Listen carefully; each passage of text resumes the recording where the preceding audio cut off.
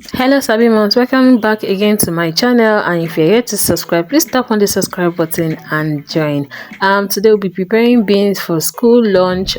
These beans I picked, washed and soaked it overnight to remove the gas forming compounds from it and prevent heartburn.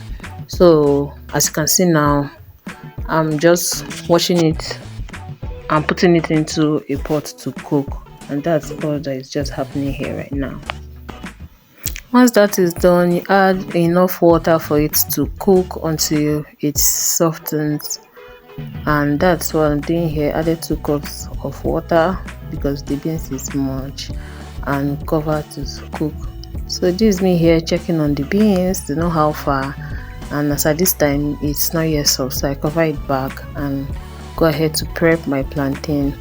This plantain is not too soft. I discovered that this first one that I opened was a little bit strong, so I didn't really fry it. I kept it aside. Then remembered my 2 black plantains that have been in the fridge, so I brought them out, diced it and set it aside.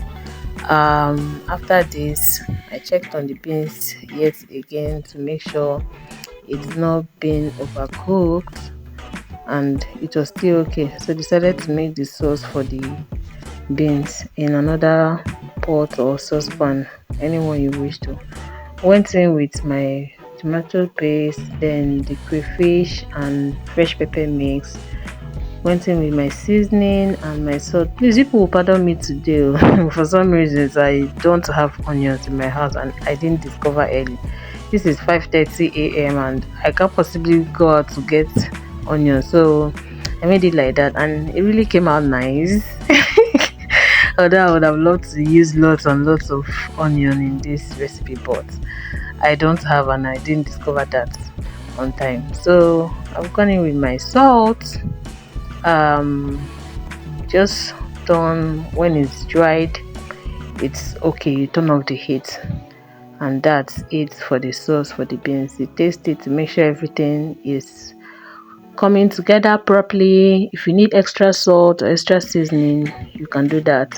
Going back to my beans again, it's soft, so I'm going with the sauce that I just finished making and give it a thorough mix. Turn it very well and allow to cook for some few minutes again. In my house we like watery beans, so we don't like it strong and warm, but if that's what you want, you may want to allow the water to dry up a little bit before you pour the sauce. So I went ahead to start frying the plantain, and this time around I'm careful. I don't want to be frying burnt offering today, so I was very careful. I kept turning and putting my eye there. I don't want to turn around and see burnt plantain. So the plantain is there on the other cooker. I went in to check my beans again.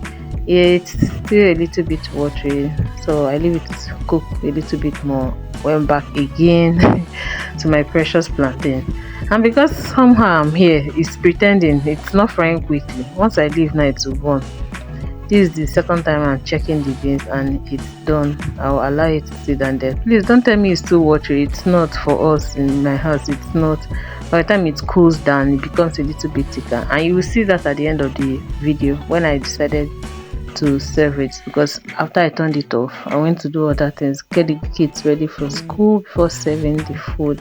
So here my plantain is ready, scooping it out, frying the next batch while my beans is cooling off. Yeah. In case you are still doubting and your mind is not at peace, this is the beans after about 30 minutes I left it to cool down. You can see it's still bringing out steam, it's still hot, but it's no longer as watery as it was when I turned the gas burner off. So this is how we like it. We don't like it too strong. My kids will not eat it if it's too strong. So I serve it, add their plantains, and their lunch is ready, and off we go to school. Thanks for watching. Please tap on the subscribe button and subscribe if you haven't done so. Give us a thumbs up. Bye.